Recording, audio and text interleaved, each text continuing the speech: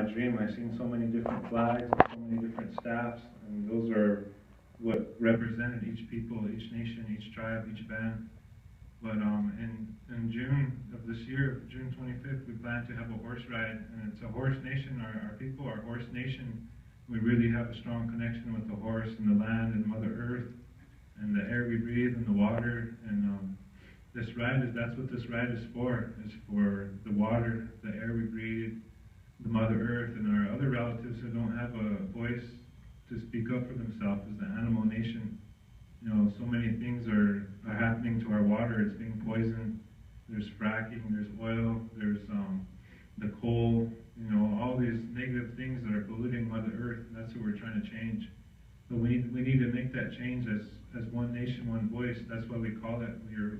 We're all brothers and sisters here in this room, and no matter what color we are, the race we have. I think the Native American people are real beautiful people, and we just want to be accepted. You know, want you to recognize our identity, who we are, what we believe in, what we stand for, our rights. You know, we all have a treaty with the U.S. government here in America, and it's been violated, just like my father said. We have so much injustice done to our Native people, and I'm really happy to see all these young people here. You know, the youth. These are why I'm doing this ride. I'm a youth mentor. I work with the youth, and they're the reason why I'm doing this, because they're the seventh generation. You know, if we don't speak up and help the young generation, they won't have no voice. They're not going to have no clean water, no clean air. But mainly to get back on the track is that we're doing this ride as everyone's together as nations, to bring our Native people together, because we have so many leaders all over, and there's nothing that they're doing for our people. They're learning to turn against our own people. You know, in every community, it's different. You know, we all have a story, and we all have a treaty, and we all have a story from our ancestors that we carry in some way. And then when I do these things, I do this as what I say, I'm a common man. I'm not somebody that's trying to get my name in the paper, or not somebody who's trying to get the spotlight or the camera or anything. My message is love and healing and peace, and that we're all equal in this room. There's nobody higher or lower. We're all the same. It doesn't matter our skin. It doesn't matter the color we are. We're related in some way. And there's a reason why we're all here together tonight in this room. And I want to thank all of you for coming and supporting, and to take a chance to come out here tonight, to get involved and to break the ice. And it's about healing. And we want to first remember Wakanta, Great Spirit, or God, Lord, Jesus, whoever you choose to pray. Myself, I'm a traditional man, and I believe the spiritual way of life, but I believe both ways too. There's no right or wrong way to pray, as long as that we're praying together.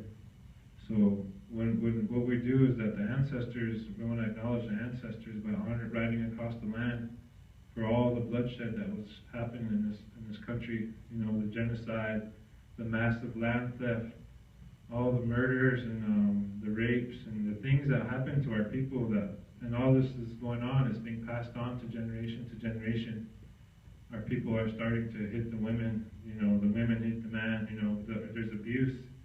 There's so many things that our young people, our young children are experiencing at a young age.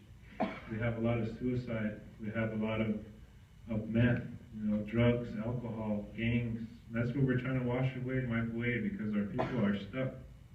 And we want America to wake up and recognize that this country we live in is about healing, it's about love, it's about peace. And not only do we recognize, what I want to get to is that it's about everybody coming together. We want to have bicyclists that join the group. We want to have runners, walkers, riders, all of us to make this journey across the United States of America, and to show America that we all can come together as one. And that's what this country is waiting for. They're waiting for something to happen. We're waiting for, if we don't step up now and take leadership and take action, then it's never going to happen. They're going to do away with our borders, our land, our homeland. They're already doing it now. Our tribes are starting to disenroll each other because of blood quantum. You're not enough Native, you're not enough, and all of our tribes are different. Where some of them have casino tribes, some of us have leaders that are getting paid off. They're not doing the job that they're supposed to be doing for our people.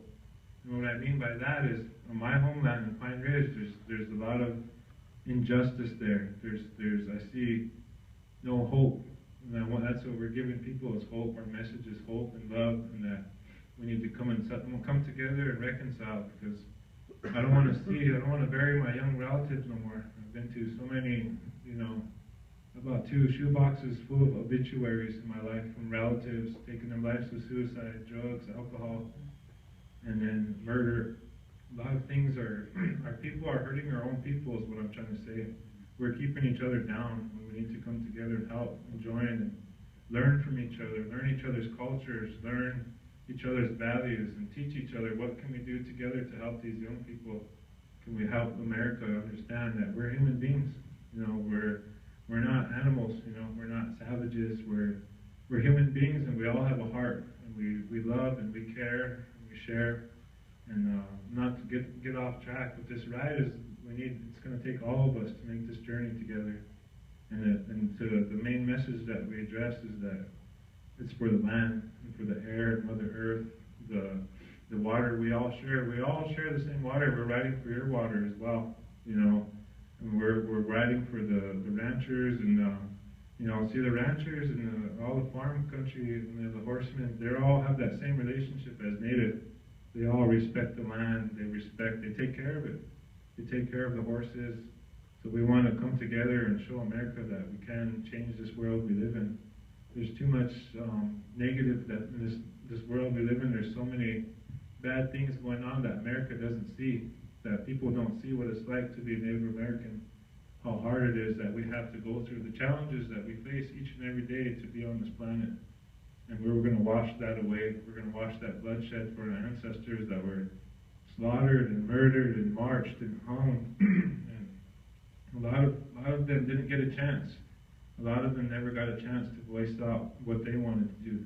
We have a chance. We have technology. We have media. They're not going to take us away. There's so many things that we want to address. What I want people to know is that just look inside your hearts. Look inside you, and as a human being, and get to know each other. Get to, feel that love that's in this room. When I walked into this room, it was a really powerful feeling. I knew something good is going to come. And, how much time do I have looking at? I don't want to go over my time limit.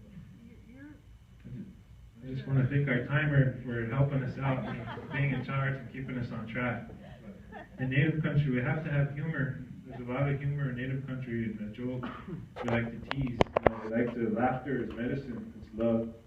So, without getting too far off track, we have this ride plan, and we're working on a route right now. And it's going to come pretty much through Astoria, Oregon. We start out, we come from Highway 12, and we're going to ride all the way across into Montana and into Billings and Missoula. We'll come right through here.